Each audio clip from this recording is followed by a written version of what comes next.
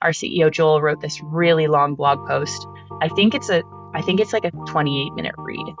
It's a long one about our salary system. And it is the top driver for page views right now. And it is very close to the top driver for signups. Like, it's on both sides.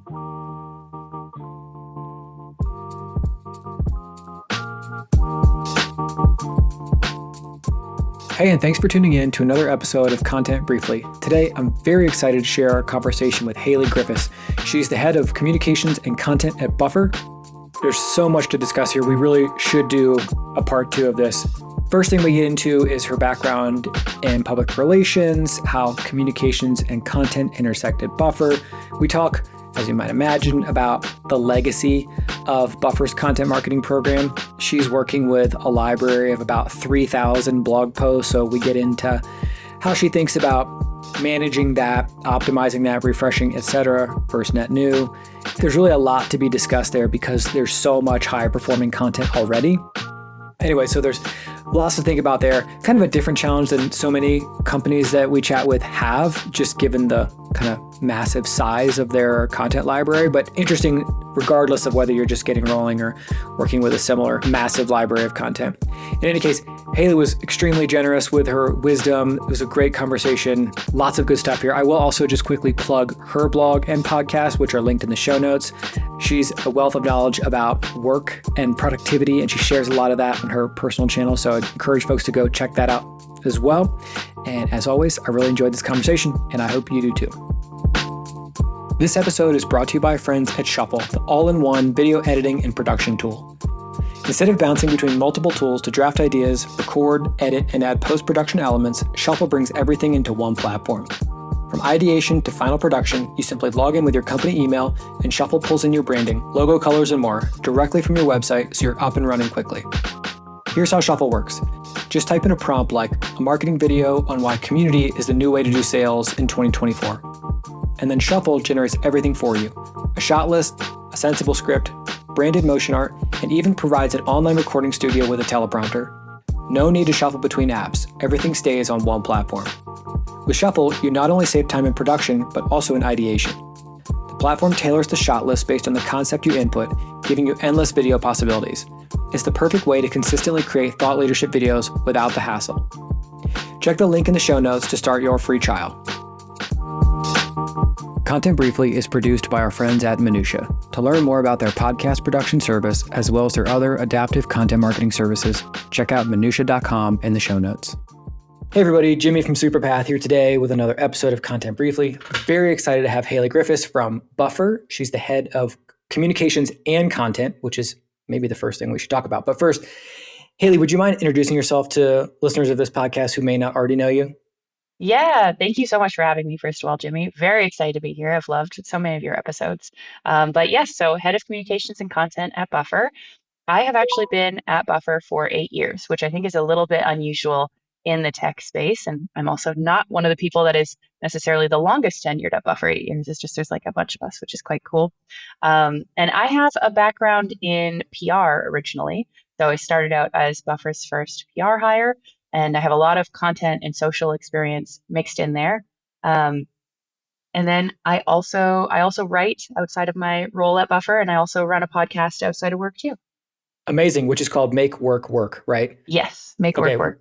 We'll definitely link to that in the comments. I actually was, as I was prepping for this podcast, was also reading some of the blog posts you have on your personal blog, and there's some really good stuff in there. And actually one in particular that stood out to me was about deleting all of your emails while you were out on maternity leave, which I thought was like such a bold move. I wish I had that thought before I took leave when I had my last kid, because you end up just stressing it out of the whole time. Like all these stuff accumulating that you feel like you have to respond to. It's like declaring email bankruptcy. It's so funny to me because that deleting email thing is the thing that sticks in people's mind for me so often. Because I did that in 2021 when I had my first my first kid, and people were just like, that is nuts. And then I remember posting about it again, and people were like, oh yeah, I first learned about you when you did this. And I think it's so funny that deleting emails feels so wild that that's how some people are remembering me. But yeah, I delete all my emails when I go on break. And so I came back from 4 months off to in box zero. That did not last long, but it was very Yeah. beautiful while it happened. Good for you. That is awesome. Let's talk about the PR thing, because I'm imagining that will sort of lead us into the communications part of your role now. I think this is probably the 75th-ish episode we've done, and you're definitely the first person who came into content with a PR background. So I would just be Oh, curious, that's cool. how, what's the story there? How did you get into PR, and then how did that lead you into content? Yeah. So, well, originally I started out in social media. I loved social, loved Facebook, loved Twitter. Like we're talking like 2011, 2012. I was working at a clothing store, and I like convinced the managers that I should be running their Facebook and their Twitter account. And that was what got me in the door with my social media experience to start managing accounts. And I sort of just started freelancing for local small businesses and stuff like that. That experience landed me an in-house PR job. And it's funny because I had people at the time telling me, yeah, you're definitely going to want to go this PR direction because this social media thing is kind of new and it's probably not going anywhere. And it's just very funny in hindsight since I work at Buffer now. But so I then transitioned into in-house PR for tech startups, and I did that in several places before landing at Buffer. And I will say that my style of in-house PR is very relationship focused, very writing heavy, very like making sure that I'm tailoring writing, very social focused as well. Like I'll do a lot of outreach on social media. So I think there's a lot of overlap between the way that I do PR and like sort of content, community, social media, which is sort of all ended up working into my role here at Buffer. But so for Buffer, I was Buffer's first PR hire. I remember seeing them post the job and being like, yes, this is me. And I was one of those people that I had been following Buffer for years, and I had applied 2 times previously and never made it to an interview. And so I was very excited to kind of like get in, start working, doing PR. I moved into sort of a more senior PR position. And then I transitioned from doing like PR as primarily media outreach and sort of like trying to get those earned mentions and like those mentions from the media to more of the communications side of things. Like, okay, what is our messaging? What's our positioning here? Maybe like some crisis comms if ever we needed it, like all like ghostwriting. And it turned into a lot of content as well. Like, I really do think the way that I've done PR has had a lot of content sort of tangents involved in it, or like, different layers of content in there.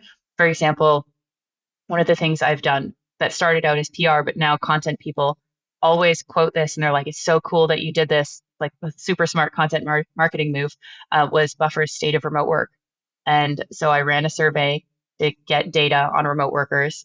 And I used that data to pitch it to media contacts to get us press mentions and to like essentially build relationships when we didn't have product announcements or when I didn't have anything else to say to them. I would just start, combing for original data and pitching that. And it's funny because on the content side, the state of remote was a very smart move because we ended up getting a ton of high quality backlinks that like drives it's a ton of traffic, like just like it's been really solid content as well. And so I think there was just a lot of overlap.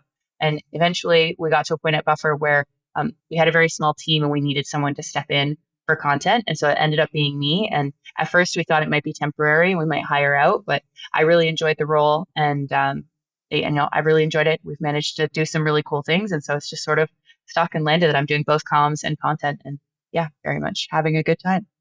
That's incredible. That's so interesting. One of the things I was going to ask you is, what exactly is communications? And that sounds like such a dumb question, but I think about content so much, and I don't know, I'm just thinking back throughout the last 10 years. I don't know if I've ever, as a content marketer, had the opportunity to work alongside a communications team. So like, I don't have any like practical experience there, but what you just described about the state of remote work, doing the outreach, getting mentions, makes total sense. I'm wondering if Buffer's, Buffer has this culture of transparency, which I would imagine actually probably opens it up to a lot of press opportunities. Is that true? And is that as much of a thing now as it used to be? Like I'm imagining like 10 plus years ago, it's like, salaries are transparent. They're kind of blogging about how to start like how the business is going. Is it, what's easy, what's hard, all that kind of stuff. Is that, you know what I mean? Does that still make up a significant part of the PR and comms that you're doing today?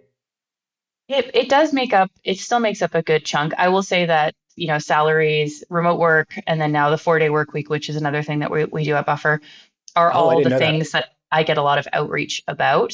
And so that's very cool. It's almost like, that concept of inbound marketing. There's like inbound PR was something that I started to Mm. talk about. It like, okay, we're going to write about what we're doing so that when a reporter is writing about the same story and they Google it, we're going to show up first, and then they can reach out to me, or my blog post is so good that they just include my blog post and link back to it, and then we end up getting the press mention. So there's sort of like that cycle that I've used as well.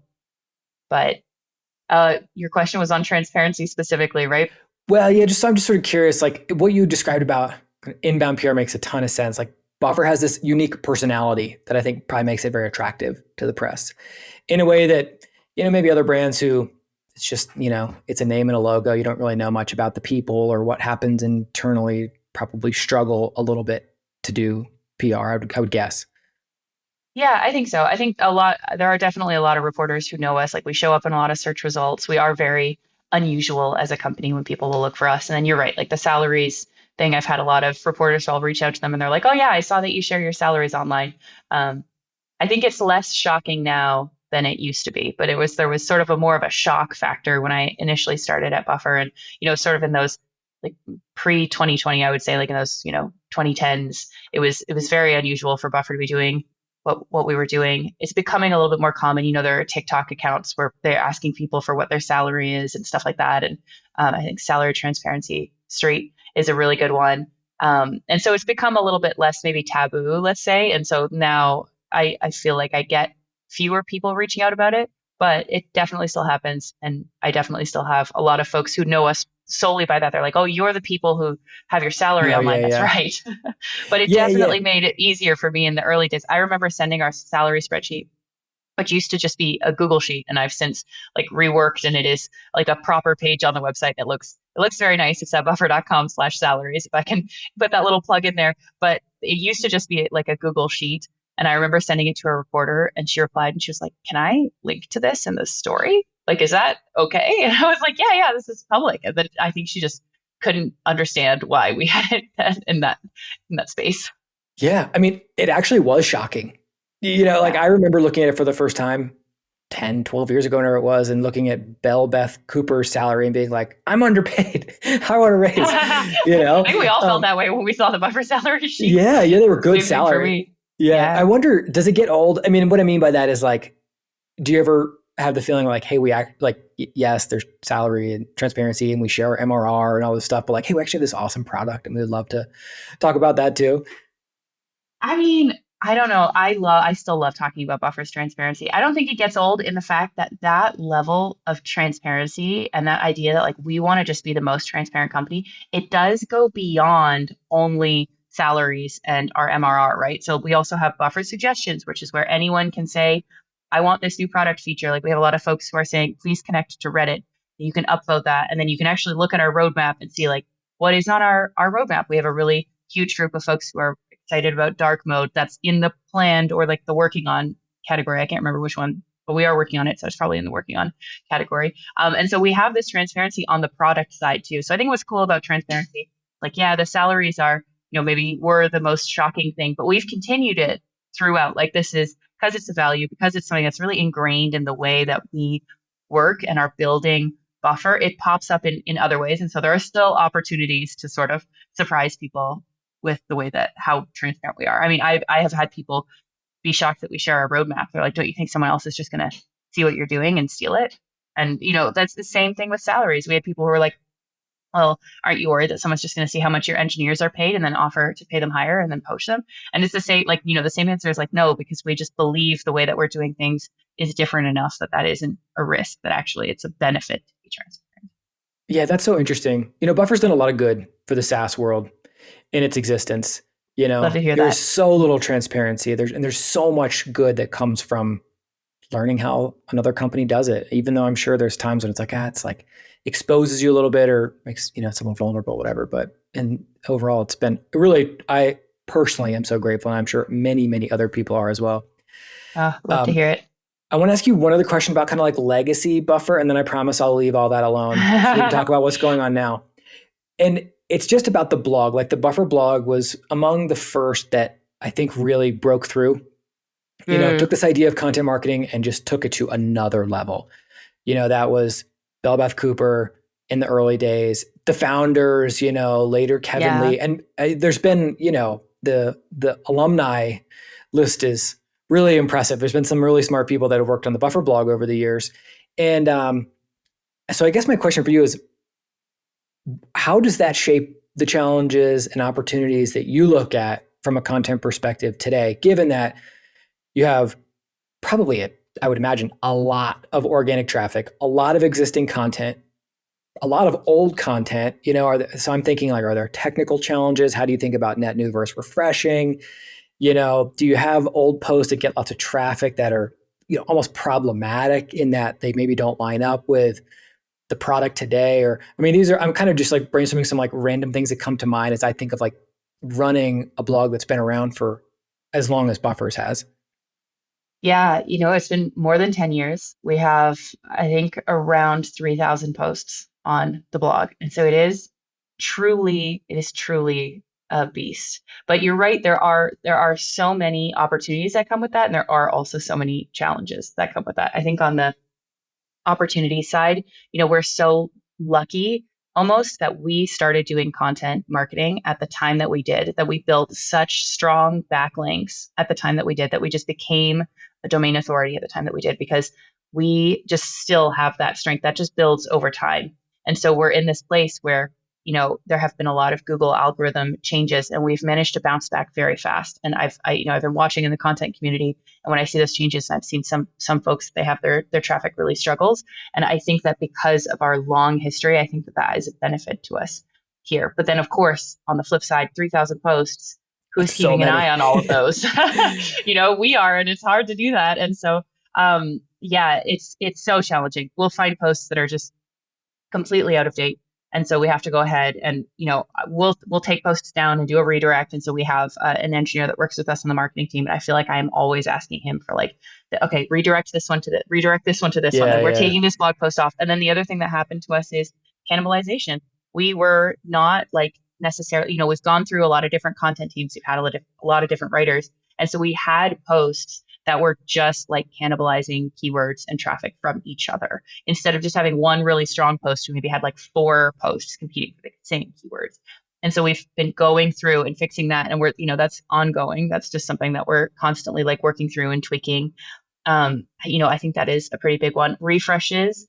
Yes, that is major for us, because we have these refreshes that, or we have these articles that, are so important to us, and they like really have these important keywords, but then some of them are really old, and so we have to just go ahead and like completely rewrite the content.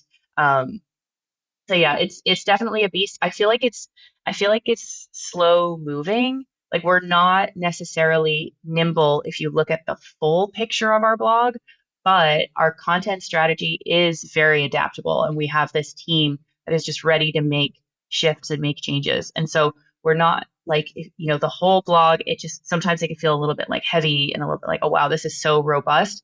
But we as a team try to just be like really efficient, really adaptable with our strategy, and just really make sure that we're doing things that are like helping us grow our traffic, helping us grow our signups, which are two of the things that we're most focused on. And we have managed to do that. So I'm feeling great about that, even though it can be really challenging to do that. I love the concept of an adaptable content strategy. I wonder if that's where some content strategies fall short. Like if they're not adaptable, company priorities change, that thing's blown up, we're starting over again, What is it? Mm. How does adaptability play out in real life? Is this stuff like, how do we decide between putting our resources into net new versus refreshing versus fixing some site architecture or technical SEO problems? Or is it kind of adapting to, stuff the product folks are working on and how we're going to communicate that, et cetera, or other things, I imagine too?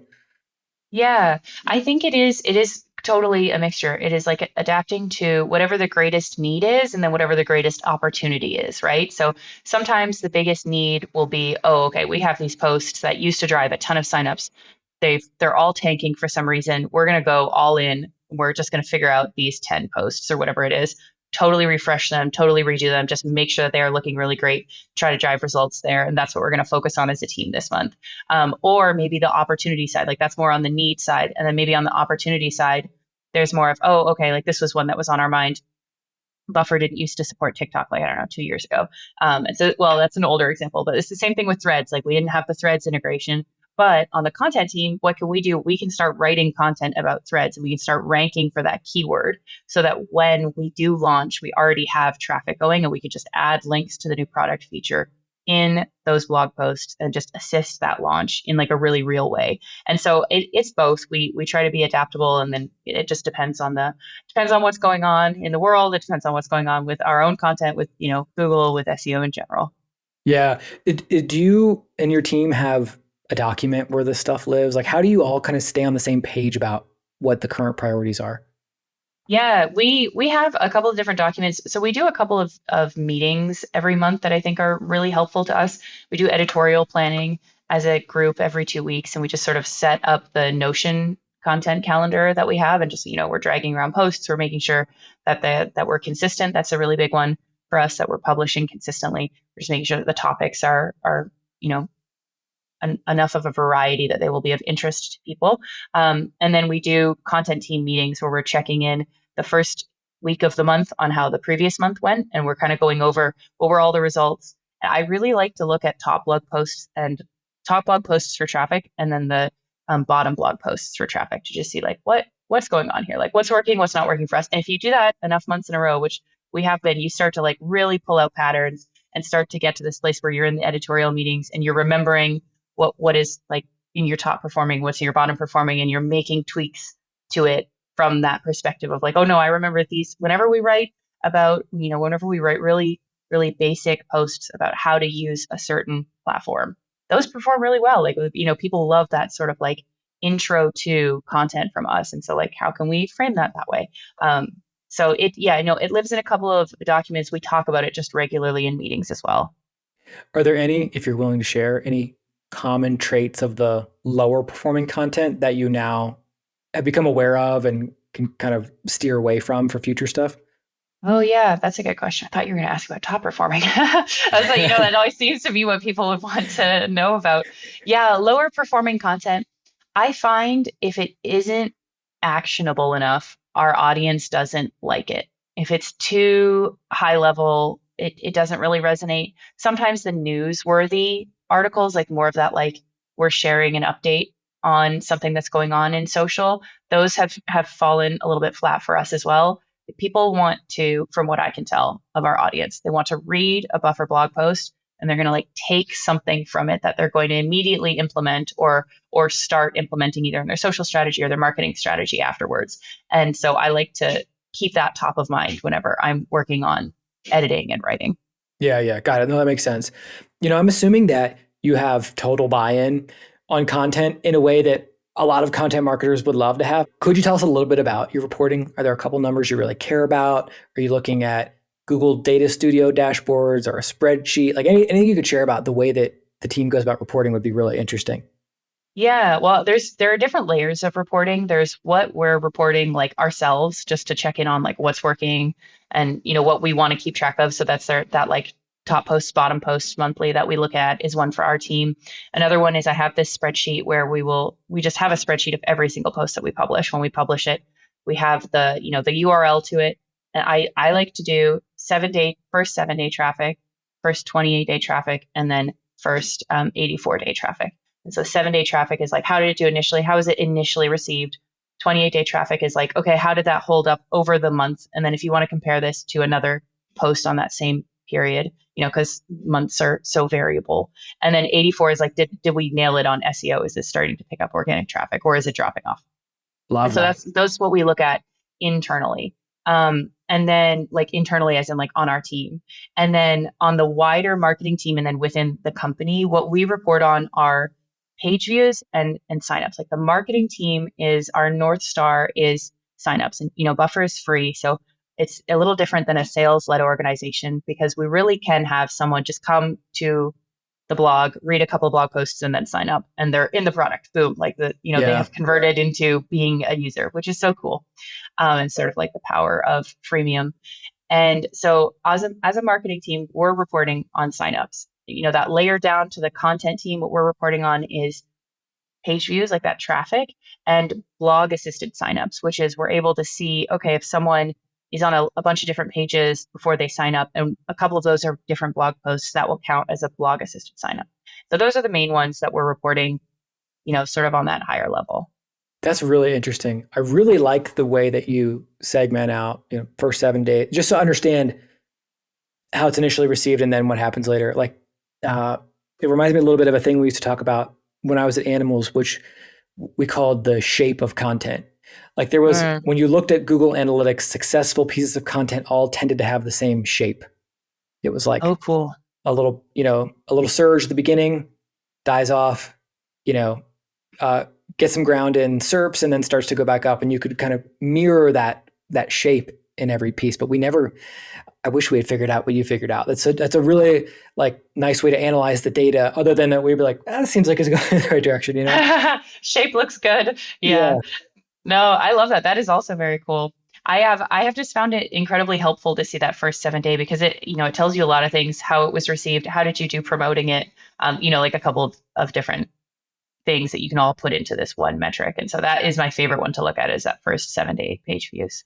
Yeah. If you had to guess, and I know you probably don't have a perfect answer for this, how much of the team's energy goes into net new content versus technical SEO, refreshing, repurposing, pruning, whatever, all the other stuff that could help produce more organic traffic for the site? Like, how much would you guesstimate goes into each of those things? Yeah, it has changed over time.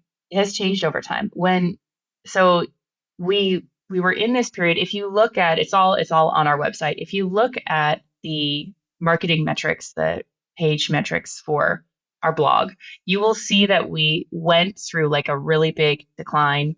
We went through a leveling off period, and we're now in a period of growth. And so that, how much and where we're spending our time, has changed a lot, because we did go through a period where we were just trying to rebuild our content systems. We had kind of had content on pause for a little bit. And, this was years ago. And so rebuilding, we were really starting to get net new. We were really focused on net new and not very much focused on refreshes. We added in refreshes, started to see the power of what that was doing for us as well. And I think that right now we are probably maybe like 60-40 net new is 60-40 is refreshes. But I think sometimes it's more 50-50, because we have so much content and we have been around for so long. Sometimes we'll have ideas and we will find an old post. Like, our brainstorming sessions are like, we've got like Notion open. We have like a brainstorming doc open. We have the Buffer blog open, and we're searching to make sure that we haven't written about this before. Because, when you have thousands of blog posts, you just have to make sure. And so, if someone has a better system for this, please let me know, reach out. But yeah, that we're always searching to make sure. And then maybe it's, okay, this old piece of content is not working, so we're going to just write net new and then do a URL redirect. Or maybe it's actually, this is pretty good, but it's not relevant anymore. Let me swap out the examples. Let's like spice this up and like change the publish date to whenever we want to launch this one. Right. That's so interesting. I've only personally ever worked at one company where this was ever even a question. Like, for most of my career, it's been like net new was really our only lever to grow.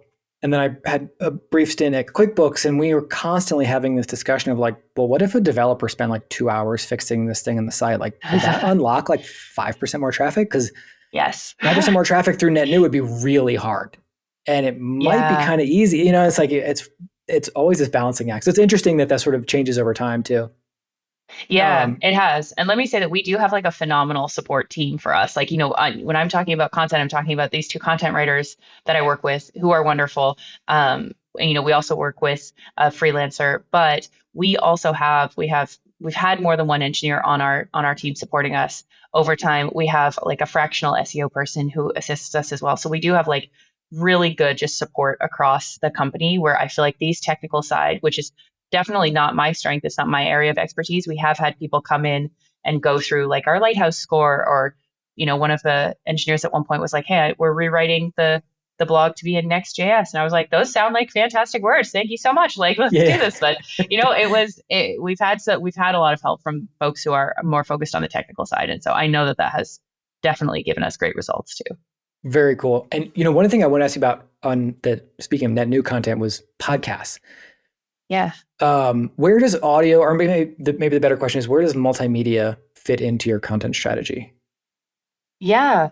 I mean, we've had podcasts at Buffer before. We don't currently run any podcasts. We have just been very heavily focused on blog content, partially because it was in decline and we were like, let's turn this around.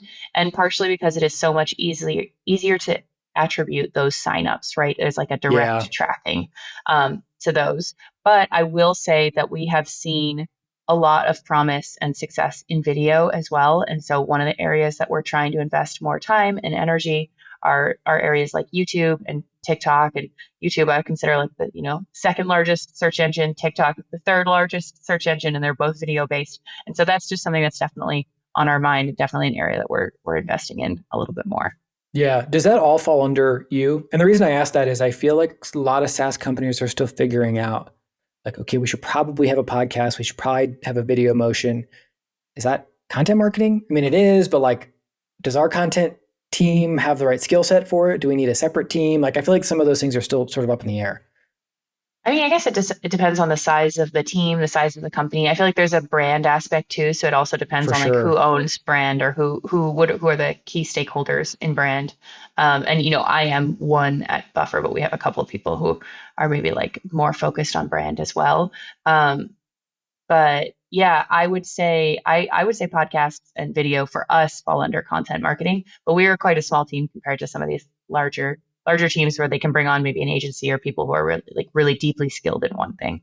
Yeah, makes sense. Okay, so since the blog has been around for 12 years or so, I would imagine that there's probably a couple pieces that are quote unquote whales that are just like have driven insane amounts of traffic. You may not have Google Analytics pulled up right now, but are there a couple that come to mind when you think of Buffer's kind of like all-time Hall of Fame type of articles? Oh, there definitely are. There definitely are articles that have been just like over time, you're looking at it and you're like, oh, wow, that article is still the top for page views this week. Okay, that's cool. That's really good to see. Back in, you mentioned a lot of names. You mentioned Belle Beth Cooper, Kevin Lee. There was also Courtney Sider, sort of like that trio of folks. I feel like they wrote some really solid content it just like continues to perform really well.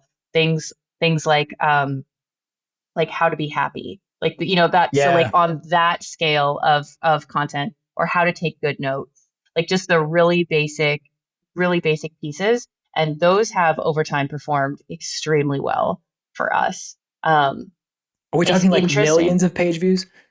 Yeah, definitely. Yeah. So it's very cool to see that from a couple of small pieces. I was going to say, I also was thinking through, and I looked into the data recently for like what has been our top performing post this year. And this year, I think we've published just over 150 articles so far, maybe. And it's really interesting because we're talking Buffer as a social media tool. We're talking about marketing. And I mentioned that these big whale pieces are more like happiness and like how to take notes. And it's so interesting to me that, one of our top pieces this year was actually from our CEO, and it was about how we're adjusting our salary system as a company. And so like, we mentioned that salaries are transparent at Buffer. So is the formula or the system for how we come to determine someone's salary. And our CEO, Joel, wrote this really long blog post. I think it's like a 28-minute read. It's a long one about our salary system. And it is the top driver for page views right now. And it is very close to the top driver for signups. Like it's on both sides, which is surprising because I think you would see a post like that. It's like, we're talking about our salary system. We're not talking about our product at all. And you would think that's probably not driving signups. And that's not true. In this case, it is, which is so fascinating to me. And so yeah, that was one that I was really interested in. I do think that we have an audience that has a bit more of an appetite for more than just content marketing or social media knowledge from us. And so I think we're quite lucky in that regard. Yeah, that's fascinating, actually. I wonder, Buffer has awareness in the space for sure. I wonder if there's some element of like people want to use the tools that are built by companies that they align with. Like I think Mm, Buffer's done a really good job of that, like kind of expressing the values of the company and giving people the opportunity to align with those by being a customer, right? Because you could use Hootsuite, I guess, but if it doesn't feel as good to use a different tool than Buffer, then you would probably opt for Buffer. I don't. That's like very like amateur psychology, but no, we hear that's that a really lot. fascinating. We hear from people who are like, yeah, I've decided to stay with you because of this, and it's because of something that we're doing with transparency or something that we're sharing externally about the company. And so, and I'm hiring right now, and I have people who are saying I've wanted to work at Buffer for 10 years, which is so Yeah, cool. And so I do think we just sort of have that community and have that group of people around us, and we're always trying to make sure that we do our best by them because they're phenomenal people. yeah, so cool. Really, such an interesting conversation, Hailley. Thank you so much for making the time. Oh, It's just interesting that like you stand on the shoulders of giants, but you're making your own mark on the content at Buffer and really like SaaS at large. I really feel like Buffer plays an instrumental role in kind of helping other companies get a sense for how they're doing, not just from a content perspective, but in other ways as well. So really cool. And thank also, you. I want to make sure we point people to your stuff too. So you write a personal blog, which I is do. awesome. As I was checking it out, I was like, God, this just feels so much better than like LinkedIn posts. These are like thoughtful, longer form, Thank very you. interesting stuff. So we'll link to that. And then your podcast too. Can you tell us about that? Yeah, yeah. I have a podcast with a friend of mine. It's called Make Work Work, and we are sort of the kind of people who we just don't want to spend our time on things that don't help us work. As we call it, chaos is a time thief, and so we try to be really organized. We try to be really intentional about our workflows, and so we're sort of creating these purposeful workflows for how we work to get work done. And so that's what we talk about on Make Work Work. Amazing. Link to that, your personal website, LinkedIn, if that's best place to find you also. Yes, LinkedIn is the Cool. best social network to find me on right now. And then yeah, my blog, and I send a newsletter. Used to be weekly, but I've had a baby since then, so it's more so every couple of weeks right now. Yeah, yeah, totally. I sent a newsletter for like 7 straight years every week, and then I had a kid, and I've sent it once in 3 years. So Children do that to you. They I really. really do. Cool, awesome. Links to everything will be in show notes. Hailley, thank you so much for your time. Thank you so much for very generously sharing your experience at Buffer, and I hope we could do a round 2 sometime. Check in on how things are going down the road. I'd love that. Thank you for having me, Jimmy. Honored to be here. Awesome. Take care.